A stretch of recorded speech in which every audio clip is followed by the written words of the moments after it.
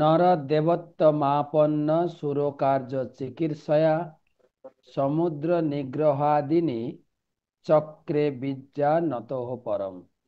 অষ্টাদশ অবতারের ভগবান শ্রী রামচন্দ্র রূপে আবির্ভূত হয়েছিলেন। দেবতাদের অভীষ্ট সিদ্ধির জন্য তিনি সেতু বন্ধন তথা রাবণ বধ আদি কার্য সম্পাদন করে তার অলৌকিক শক্তি প্রদর্শন করেছিলেন। এখানে লেখা আছে নর দেবত্তমাপন্ন, নর রূপে আবির্ভূত হয়েছিলেন সুরকার্য চিকিৎসয়া, দেবতাদের কার্য সাধন করেছিলেন এবং সেই দেবতাদের কার্য সাধন করতে তিনি সেতু বন্ধন আদি কার্য করেছিলেন। ভগবান রামচন্দ্র যেটা বলে 7 কাণ্ড, সেখানে ভগবান রামচন্দ্রের বিবিধ লীলা। বালকাণ্ড, বালকাণ্ডতে ভগবান রামচন্দ্রের জন্ম, তার জন্ম প্রক্রিয়া, কিভাবে জন্ম হয়েছিলেন, সেই ঋষসিংহ ঋষিকে দ্বারা যজ্ঞ করে দশরথ মহারাজ পুত্রেষ্টি যজ্ঞ করেছিলেন। 4 পুত্র প্রাপ্ত হয়েছিলেন রামনবমীতে এবং তার শৈশব ভগবান রামচন্দ্র তিনি চতুর্ধা মূর্তিতে, বাসুদেব সংকর্ষণ অনিরুদ্ধ প্রদ্যুম্ন, রাম লক্ষণ ভরত শত্রুঘ্ন রূপে দশরথ রাজার পুত্র রূপে আবির্ভূত হয়েছিলেন। তারপরে গুরুকুল জীবন বশিষ্ঠ আশ্রমে, তারপরে বিশ্বামিত্রের সঙ্গে তীর্থ ভ্রমণ। বিশ্বামিত্র মুনি দশরথ রাজার কাছ থেকে রাম লক্ষণকে ভিক্ষা করে নিয়ে গেলেন যে আমি যজ্ঞ করব, যজ্ঞে আমার অনেক বিঘ্ন উৎপাদন হয়। সে মারিচ তারকা রাক্ষসীকে বধ করলেন। তারপরে ঘুরতে ঘুরতে জনক রাজার রাজ দরবারে পৌঁছালেন বিশ্বামিত্র নিয়ে। আর জনক নন্দিনী সীতা দেবীর স্বয়ম্বর সভা হচ্ছিল, সেই শিবের ধনুষ রাখা ছিল, যে উঠিয়ে জয়া পারাতে পারবে। অনেক রাজকুমার এসেছিলেন এই ব্রহ্মাণ্ড সুন্দরী সীতা দেবীকে পত্নী রূপে বা সীতার বরণমালা আহ, গ্রহণ করার জন্য, কিন্তু কেউ পারেনি, ধনুষটা তুলতেই পারেনি। তাই জন জনক মহারাজ খুব চিন্তান্বিত হয়েছিলেন যে তাহলে কি আমার মেয়েটার কি বিয়ে হবে না। ভগবান রামচন্দ্র সেখান থেকে ধনুষ ভঙ্গ করে তিনি সীতা দেবীর বরণমালা গ্রহণ করেছিলেন। এই মোটামুটি বালকাণ্ড। বালকাণ্ডের পরে অযোধ্যা কাণ্ড। অয রাম বিয়ে হয়ে ফিরলেন অযোধ্যাতে। অযোধ্যা নগরে যখন বর বধূকে স্বাগত জানানো হচ্ছিল, মা কৌশল্যা জননী পুত্রবধূকে ধান দুর্বা সিঁদুর ঘট বিভিন্ন পবিত্র দ্রব্য দিয়ে যখন বরণ করছিলেন, প্রথম বৌমার মুখ দর্শন করেন। প্রথম প্রথম মুখ দর্শনে তিনি এত অভিভূত হয়েছিলেন, এত সুন্দরী মেয়ে জগতে কেউ হতে পারে নাকি। তাই কন্যা সোনার মতো দেখতে এই সুন্দরী মেয়েকে প্রথম মুখ দেখলে শাশুড়ি কিছু গিফট দিতে হয়। এটা আমাদের সনাতন ধর্মের নিয়ম। কারো বাড়ির শিশুর প্রথম মুখ দেখলে তাকে গিফট করতে হয়, সোনা দানা, আংটি, গলার হার। তো শাশুড়ি বৌমার মুখ দেখে বলে তোমাকে আমি কি গিফট করতে পারি। তখন স্বামীকে বললেন যে আমার সোনার প্রতিমা যেন আমার বৌমা, তাকে একটা সোনার মহল দেব। তবে সোনার মহল তো, সোনার প্রাসাদ তো রাবণের আছে, তাহলে আর বড় কি হলো। বলছে না, সোনা দিয়ে নয়, সোনা এবং রত্ন প্রবাল দিয়ে একটা সুন্দর কনক ভবন বানিয়েছিলেন। যেহেতু যেহেতু দশরথ মহারাজের সঙ্গে দেবলোকের একটা সুসম্পর্ক ছিল। তাই দেবশিল্পী বিশ্বকর্মাকে বললেন একটা প্রাসাদ বানিয়ে দেওয়া, সেই কনক ভবন। আপনারা যখন অযোধ্যাতে ছিলেন দর্শন করেছেন, সোনার ভবন, সোনা কনক ভবন দিয়েছিলেন। তারপরে রাজা দশরথের পুত্র রাম এবং সীতা সকলের পরিচয় হতে শুরু হলো, এবং রামের গুণমুগ্ধ, রামের ব্যবহার, রামের সৌন্দর্য, হ্যাঁ, গুণমুগ্ধ হয়ে সব প্রজারা বলতে লাগলেন রামকে রাজা করা হোক, রামকে রাজা রূপে দেখতে চাই। এবং রাম রাজ্যের প্রস্তুতি শুরু হলো। যখন রামের রাজা হওয়া, রাজ্য অভিষেক প্রস্তুতি চলছিল, তখন দেবতারা মিটিং করলেন। এই যে লেখা আছে না, দেব কার্য সম্পাদনের জন্য মিটিং করলেন। প্রভু, আপনাকে এই জগতে আমরা এনেছি কিছু কার্য সাধন করার জন্য। এবারে আপনি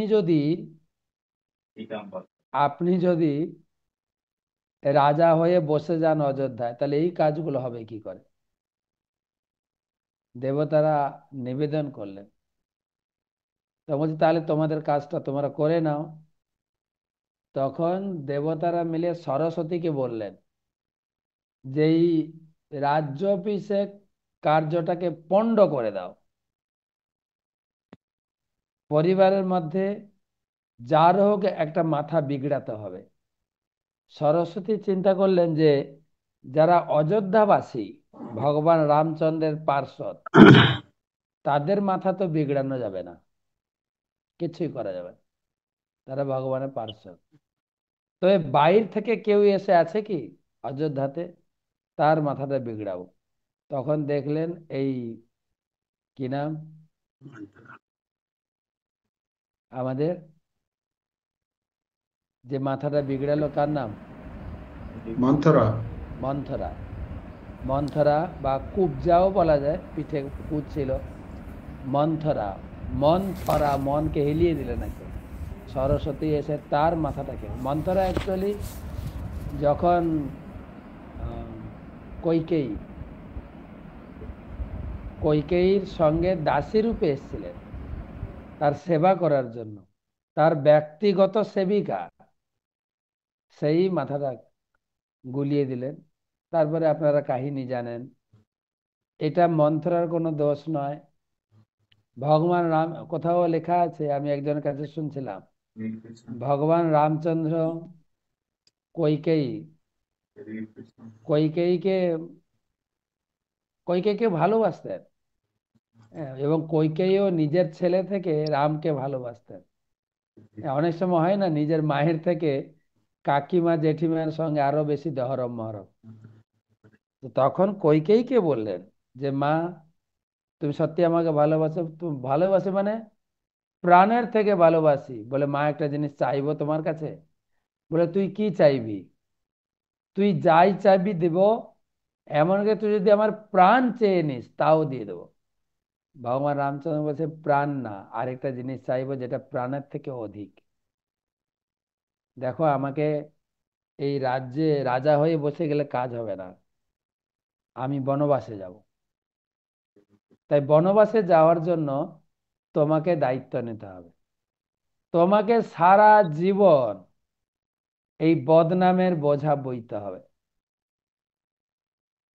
কইকেয়ী তো আগে থেকে বলেছিলেন তুই যাই চাইবি আমি দিয়ে দেবো। তো সেই কইকেয়ী এবং মন্থরা মিলে সেই পুরো রাজ্য অভিষেকটা পুরো ভেস্তে গেল। এবং ভগবান রামচন্দ্র পিতৃসত্য পালনের জন্য তিনি বেরিয়ে গেলেন বনবাসে। সঙ্গে সীতা গেলেন, তার সঙ্গে লক্ষ্মণ গেলেন। আর ভগবানের বিরহে, পুত্র বিরহে দশরথ রাজা শরীর ছেড়ে দিলেন। এই গেল অযোধ্যা কাণ্ড। তারপরে এবারে অরণ্য কাণ্ড। আপনারা গিয়েছিলেন চিত্রকূট পর্বত, পরিক্রমা করেছেন, আমরাও পরিক্রমা করলাম। ভগবান রামচন্দ্র, কোথায় লেখা আছে 11.5 বছর চিত্রকূটে কাটে। দুটো বনের কথা দেখা যায়, দণ্ডকারণ্য বন আর চিত্রকূট। তো চিত্রকূটের বিভিন্ন জায়গায় আমরা পরিক্রমা করলাম এবং দণ্ডকারণ্যে, তারপরে দণ্ডকারণ্যে চলে যান। দণ্ডকারণ্যে সীতাহরণ হলো। হুম, তার আগে শূর্পণখার আগমন। শূর্পণখা এসে ভগবানের কাছে প্রেম নিবেদন করলেন, ভগবান গ্রহণ করলেন না, লক্ষ্মণ তার নাক কেটে দিলেন, যার ফলে তার প্রতিশোধ নেওয়ার জন্য সীতা চুরি হলো। এবারে সীতার বিরহে রাম লক্ষ্মণ হাসিতে হাসিতে বনে ভ্রমণ করতে করতে জটায়ুর সঙ্গে এবার শুরু হবে কিষ্কিন্ধা কাণ্ড। প্রথমটা ছিল বালকাণ্ড, অযোধ্যা কাণ্ড, অরণ্যকাণ্ড, এবারে কিষ্কিন্ধা কাণ্ড। তো জটায়ুর কাছে খবর পেলেন যে রাবণ তাকে হরণ করে নিয়ে গেছে। হাঁটতে হাঁটতে কিষ্কিন্ধা নগরীতে পৌঁছালেন, কর্ণাটক কিষ্কিন্ধা নগরী। তো সেখানে কিষ্কিন্ধা নগরে পৌঁছে প্রথমে সেখানে আহ, কি আশ্রম যেন, মাতঙ্গ মুনির আশ্রম। আর সেই আদিবাসী মহিলা কি নাম, শবরী, শবরী তার সেবা করলেন। শবরী তখন তাকে খবর দিলেন এখানে মহাশক্তিশালী হনুমান আছেন, অঞ্জনা সুত অঞ্জনা পাহাড়ের কাছে হনুমান আছেন। হনুমানের সঙ্গে পরিচয় হলো। হনুমানের যে রাজা সুগ্রীবের সঙ্গে পরিচয় হলো, সুগ্রীবের সঙ্গে বন্ধুত্ব হলো এবং সুগ্রীবকে বন্ধুত্ব করে বালিকে বধ করলেন। হ্যাঁ, এবারে হনুমান সুগ্রীব আলোচনা হলো সীতা কিভাবে উদ্ধার হবে। তখন সীতাকে, সীতার খবর আনার জন্য সুন্দর হলো সুন্দরকাণ্ড, পঞ্চম কাণ্ড সুন্দরকাণ্ড। প্রথমটা আছে বালকাণ্ড, অযোধ্যা কাণ্ড 2 নম্বর, অরণ্যকাণ্ড 3 নম্বর, কিষ্কিন্ধা কাণ্ড 4 নম্বর, 5 নম্বর সুন্দরকাণ্ড। হনুমান গেলেন লঙ্কাতে। লঙ্কাতে গিয়ে সীতার সমাচার নিয়ে এলেন এবং আসার পরে এই মিটিং হচ্ছে কিভাবে সীতা উদ্ধার হবে। তারপরে যুদ্ধকাণ্ড বা লঙ্কা কাণ্ড, এবারে ব্রিজ বানানো হবে। তারপরে গিয়ে রাবণের সঙ্গে যুদ্ধ, রাবণের যে মৃত্যুবান মন্দোদরির কাছে ছিল সেটা উদ্ধার হলো, রাবণ বধ হলো। এবারে সবাই ফিরে এলেন। রাম 14 বছর বনবাস কমপ্লিট, সীতা উদ্ধার হয়ে ফিরে এলেন। এই দীপাবলি, কবে দীপাবলি, আজকে না কালকে দীপাবলি, না পরশু, কবে? বৈষ্ণব পঞ্জিকা মহারাজ মঙ্গলবারে আছে, বাইরে মানে কালকে আছে। কালকে। তো কালকের তিথিতে ভগবান পুনরায় অযোধ্যায় ফিরে এসেছিলেন। আপনারা যারা অযোধ্যা গেছেন, সেই রাম কি পেড়ি, হরিদ্বারে হর কি পৌড়ি, এখানে রাম কি পেড়ি, যে সুন্দর ক্যানেল তৈরি করেছে, সেখানে দীপোৎসব হয়, দীপোৎসব। প্রায় ওই দিন ভগবান রামচন্দ্রের আগমনে সারা অযোধ্যা নগরী দীপ জ্বালানো হয়েছিল। তারপরে পটকা বাজি পোড়ানো হয়েছিল। ভগবান রামচন্দ্র রাজ্যে ফিরে এলেন। ফিরে এসে লোকের গঞ্জনা, ফিরে আসার পরে তিনি রাজ্য অভিষেক হলো, তিনি রাজা হলেন, সবার আনন্দ। সেই আনন্দতে একজনকে সবাই মিস করছিল, কারণ দশরথ ছিলেন না। তারপরে ভগবান রামচন্দ্র খুশি হয়ে, সীতা দেবী খুশি হয়ে সবাইকে অ্যাওয়ার্ডিং গিফট দিয়েছেন। টপ 10, টপ লিডার গিফট দেওয়া হয়েছে, গিফট। যে যত সেবা করেছেন, যার যেরকম সেবার পরিপাটি, গিফট বিতরণ হয়েছে। কিন্তু শেষে লক্ষ্য পড়লো মা সীতার যে আরে হনুমান আমার পায়ের কাছে বসে আছে। হ্যাঁ, পুরস্কার বিতরণী তো সবার শেষ, সব পুরস্কার দেওয়া হয়ে গেছে, তোমার জন্য কিছু পুরস্কার নেই? হায়, তুমি তো সব থেকে বেশি কাজ করলে, তোমাকে তো গিফট দেওয়ার দরকার, কিছু নেই। তখন মা নিজের গলা থেকে সেই মুক্তার মালা গলা থেকে খুলে হনুমানের গলায় পরিয়ে দিলেন। হনুমান ভীষণ খুশি, স্পেশাল গিফট আমি পেয়েছি, মায়ের গলার হার। হঠাৎ মাথায় দুর্বুদ্ধি বলুন সুবুদ্ধি বলুন ঢুকলো, এত সুন্দর পুঁতির মালা বারবার ঘ্রাণ নিচ্ছেন, কিন্তু কোনো পুঁতিতে তো আমার প্রভুর নাম লেখা নেই। যে বস্তুতে আমার প্রভুর নামের সম্পর্ক নেই সে বস্তু আমার গ্রহণযোগ্য নয়। তবে উপরে লেখা নেই, ভিতরে কি লেখা আছে? পুঁতিগুলো দাঁতে ছিঁড়ে ছিঁড়ে দেখছেন ভিতরে আছে কিনা। সেই পুঁতিগুলো যখন ছিঁড়ছেন, লক্ষণের নজর পড়ছে, এই হনুমান, মায়ের দেওয়া সেই মুক্তার মালার প্রতি তোমার অনাদর।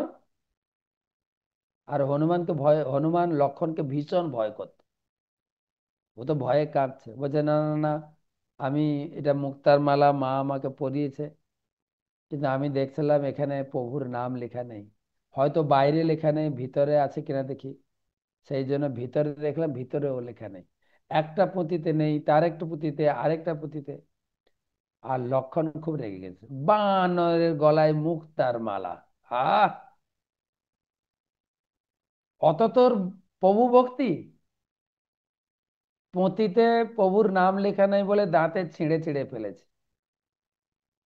তুই দেখা তো তোর শরীরে প্রভুর নাম লেখা আছে কিনা, যদি না থাকে তাহলে এইরকম মুক্তার মালার মতো তোমার শরীরটাকেও দাঁতে ছিঁড়ে ছিঁড়ে নষ্ট করো। হনুমান বললেন ঠিক কথা তো, যদি আমার শরীরে নাম না লেখা থাকে তাহলে এই শরীর ধারণ করে কি লাভ। তখন ধ্যানস্থ হয়ে বসলেন। অনেক বড় কাহিনী। ভগবান রামচন্দ্র তার হৃদয়ে উদিত হয়ে বলেন, হনুমান তোমার হৃদয়ে আমি আছি। হনুমান খুশি হয়ে ধ্যান ভেঙে নখ দিয়ে বুক চিরে দেখিয়ে দিলেন। এই হচ্ছে উত্তরাখণ্ড, রামের রাজ্যাভিষেক, হ্যাঁ, উপহার বিতরণী। তারপরে আবার লোকের গঞ্জনা। ভগবান রাজা হয়ে তিনি সিভিল ড্রেসে, সাধারণ পোশাকে তিনি সমাজে ঘুরছেন। একটা বাড়িতে স্বামী স্ত্রী ঝগড়া লেগেছে, তারা ছিল ধোপা।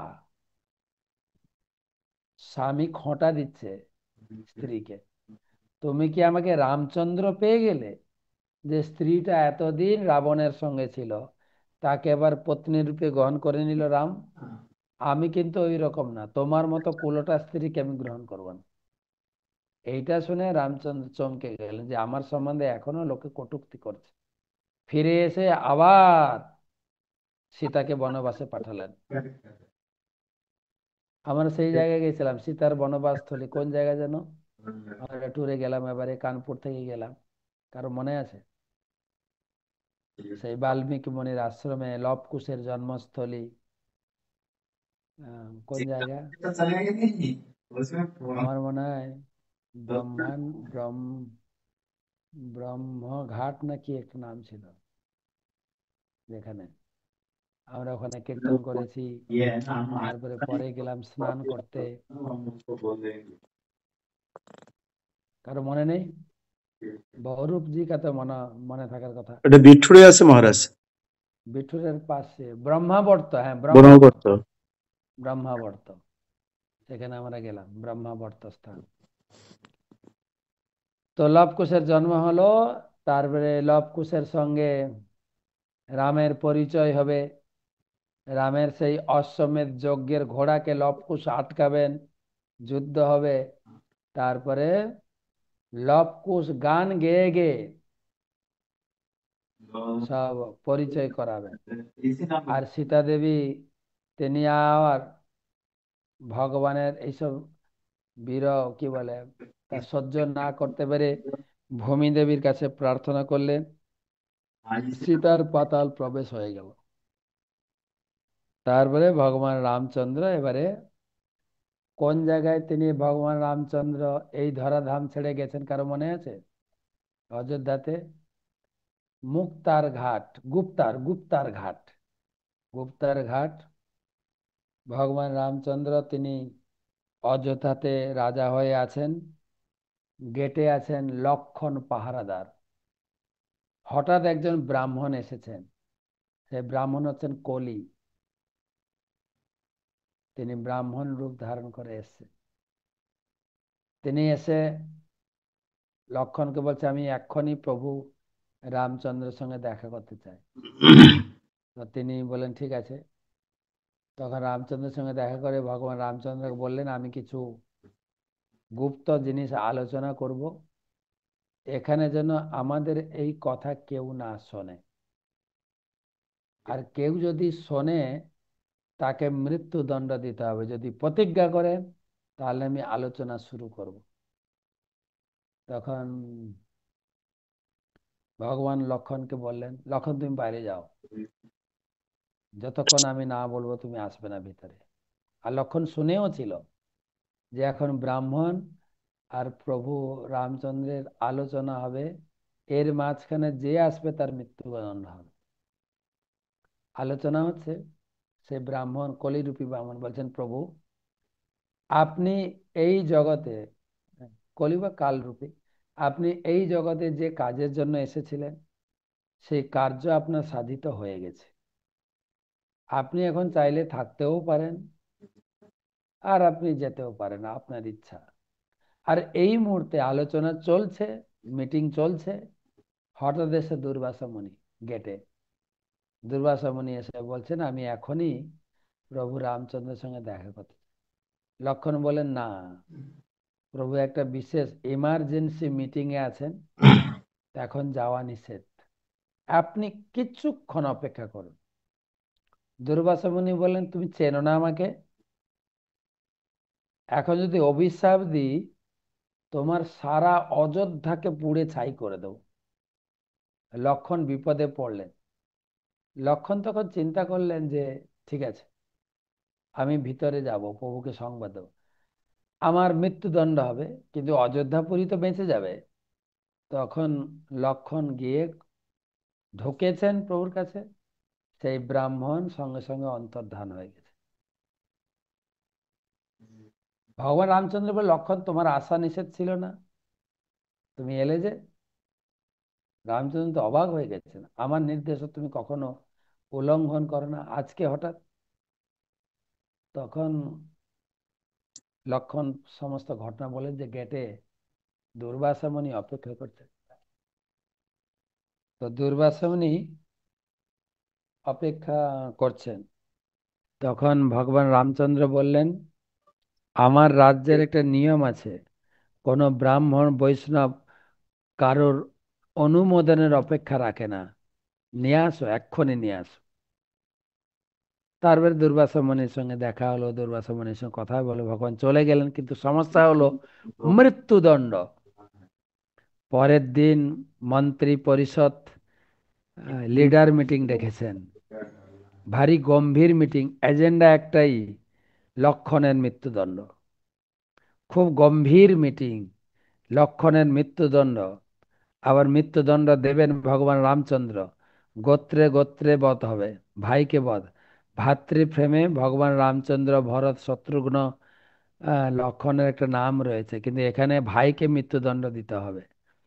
কেউ হাত তুলছে না, কেউ মুখ খুলছে না। হনুমান তখন মুখ খুললেন যে আমি একটা কথা বলবো। সবাই তার কাছে, হনুমান আবার কি বলবে? তিনি ছিলেন সর্ববুদ্ধিমান, সর্বসমর্থ। তিনি বললেন, প্রভু এই যে প্রভু লক্ষণের মৃত্যুদণ্ড, এর তো আরেকটা উপায় আছে। বলে কি উপায়? বলে অল্টারনেটিভ একটা আছে, যেটা করলে সাপ মরবে, লাঠি ভাঙবে না। বলে বলো কি উপায়? বলছে, প্রভু কাউকে যদি আপনার সঙ্গ থেকে বহিষ্কৃত করেন, রাজ্য থেকে বহিষ্কৃত করেন, বা আপনার ব্যক্তিগত সঙ্গ থেকে তাকে নির্বাসন দেন, সেটা তো এক প্রকার মৃত্যু। তখন সবাই যারা মিটিং এর অ্যাটেন্ডার ছিল, সবাই একমত হল, হ্যাঁ এই যুক্তিটা ঠিক আছে। তো লক্ষণকে নির্বাসন দেওয়া হলো। লক্ষণ এই বিরহে, প্রভুর বিরহে যেতে যেতে কিছু দূরে লক্ষণ কিলাতে তিনি ধ্যানস্থ হয়ে তার ধামে ফিরে গেছেন।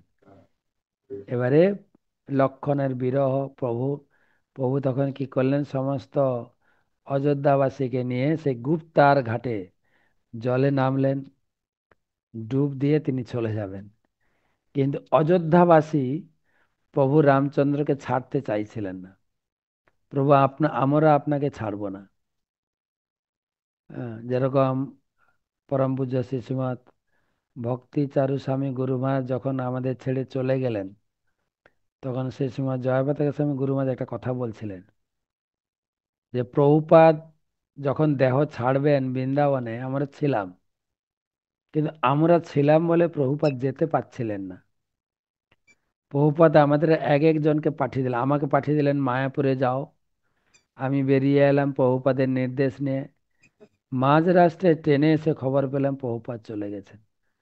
তো প্রভুপাদ আমরা যখন ছিলাম যেতে পারছিলেন না। ঠিক সেরকম ছিল ভক্তিচারু স্বামী গুরু মহারাজ, উজ্জয়িনীতে থাকলে বা পানিহাটি থাকলে যেতে পারতেন না, আমাদেরকে সবাইকে ছেড়ে দূরে থেকে চলে গেলেন। সেরকম প্রভু রামচন্দ্র তখন ঘোষণা দিলেন, ঠিক আছে আমি যাচ্ছি, আমার সঙ্গে যারা যাবেন তোমরা চলো।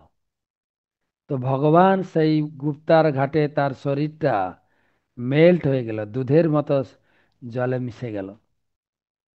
তো তারপরে তিনি ব্রহ্মাকে আদেশ দিলেন যে আমার সাকেত ধাম এখন থেকে 1 মাস খুলে খুলে রাখো, এবং এই অযোধ্যাবাসীকে তুমি ওখানে ধীরে ধীরে নিয়ে চলো। বলছে 1 মাসে প্রায় কয়েকশো কোটি রথ বা বিমান এসেছিল। ওই সময় 1 মাসে যারা ফেরত গেছেন, আমরা হয়তো ওই সময় থাকলে ফেরতও চলে যেতাম গো। তো আমাদের তো সে ভাগ্য নেই। সেই গুপ্তার ঘাটে ভগবান চলে গেল। এই ছিল ভগবান রামচন্দ্রের রামায়ণের সপ্তকাণ্ড: বালকাণ্ড, অযোধ্যাকাণ্ড, অরণ্যকাণ্ড, কিষ্কিন্ধাকাণ্ড, সুন্দরকাণ্ড, লঙ্কাকাণ্ড এবং উত্তরকাণ্ড। সেই রামায়ণ যেটা ব্যাসদেব রচনা করেছিলেন। ব্যাসদেব আহ, ব্রাহ্মণ ক্ষত্রিয়ের জন্য বেদ রচনা করলেন, উপনিষদ 108টা, পুরাণ। কিন্তু শূদ্রদের, স্ত্রী শূদ্র দ্বিজবন্ধু নাম, তাদের জন্য রামায়ণ মহাভারত। রামায়ণ বাল্মীকি বলেছেন, লিখেছেন ব্যাসদেব। পুরো ভগবান রামচন্দ্রের আবির্ভাব থেকে অন্তর্ধান পর্যন্ত 7 কাণ্ডে তিনি বিস্তার। ভগবান রামচন্দ্রের আবির্ভাব, তিনি ছিলেন আহ, অষ্টাদশ অবতার। অষ্টাদশ অবতারে তিনি এখানে লিখছেন, দেখেন, সুর কার্য চিকিৎসয়া, দেবতাদের কার্য অর্থাৎ রাবণ বধ করে স্বর্গকে মুক্তি করার জন্য, দেবতাদের কার্য সাধন করার জন্য, দেবতাদের অভীষ্ট সিদ্ধির জন্য সেতু বন্ধন করেছিলেন। সুখদেব গোস্বামী, সুত গোস্বামী এখানে একটা জিনিস প্রকাশ করছেন যে সমুদ্রের উপরে ভাসমান সেতু, আর তা করিয়েছিলেন বানরদের দ্বারা। আর সেই বানরদের সঙ্গে সংযোগ রেখে আমরা 1 মাস ব্যাপী দামোদর ব্রতে প্রতিদিন বিভিন্ন জায়গায় ক্লাস করছি, বাড়ি বাড়ি ভ্রমণ করছি। সেখানে আলোচনা হচ্ছে যে ভগবান রামচন্দ্র সীতা উদ্ধার করলেন, হনুমানদের বাঁদরদের নিয়ে সেতু বাঁধলেন। সেতু বাঁধার খরচা, বানরদের লেবার খরচা, সীতা উদ্ধারের পরে ভগবান রামচন্দ্র তাদের মিটাতে পারেন, কারণ রাম ছিলেন বনবাসী। তাই দাপর যুগে ভগবান বৃন্দাবনে সেই বানরদের ডেকে মাখন খাইয়ে, মাখন খাওয়াচ্ছে, দিয়ে ত্রেতা যুগের স্ত্রী উদ্ধারের লোন শোধ করছে। সেই দ্বাপর যুগ এবং ত্রেতা যুগের সংযোগ। এবং আমরা যখন কাম্যবনে গেছিলাম, সেখানেও অশোক বাটিকা, সেখানেও সেতুবন্ধ। একদিন ললিতা বিশাখা তারা আলোচনা করছেন বানরদের দেখে, দেখো দেখো এই বানররা ত্রেতা যুগে প্রভু রামচন্দ্রের অনেক সহায়তা করেছেন। তারা নাকি বড় বড় পাথর নিয়ে রাম নাম লিখে জলে ভাসিয়ে দিয়েছে। ভগবান তখন হাসছেন, কৃষ্ণ বলে আমিই ছিলাম সেই দশরথ নন্দন। হ্যাঁ, এটা বিশ্বাস করা যায়? দশরথ নন্দন ছিলেন মর্যাদা সম্পন্ন, কেবলমাত্র এক পত্নী গ্রহণ করেছিলেন। আর তুমি যদি সেই রকম হয়, তোমার এত মেয়েদের সঙ্গে যোগাযোগ কেন? বলছে না, আমি সেই রামচন্দ্র। তখন বলছেন যদি তুমি সেই দশরথী রাম হও, তাহলে তুমি এই সমুদ্র তো বাদ দাও, এই তালাপের উপরে, পুকুরের উপরে একটা সেতু বেঁধে দেখাও। বলছে ঠিক আছে, তোমরা পাথর নিয়ে আসো। বলছে আমরা কেন করব? দশরথ রাম তো হনুমানদের দিয়ে কাজ করেছিল, তুমি তাদের দিয়ে করো। তখন ভগবান কৃষ্ণ তাদের অর্ডার করলেন তোমরা একটা সেতু বাঁধো। সেইখানেও সেতু বাঁধা হয়েছিল বৃন্দাবনে, বৃন্দাবনে কাম্যবনে। আমরা সেখানে অশোক বাটিকা, সেতুবন্ধ, রামেশ্বরম সব বৃন্দাবনেও রয়েছে।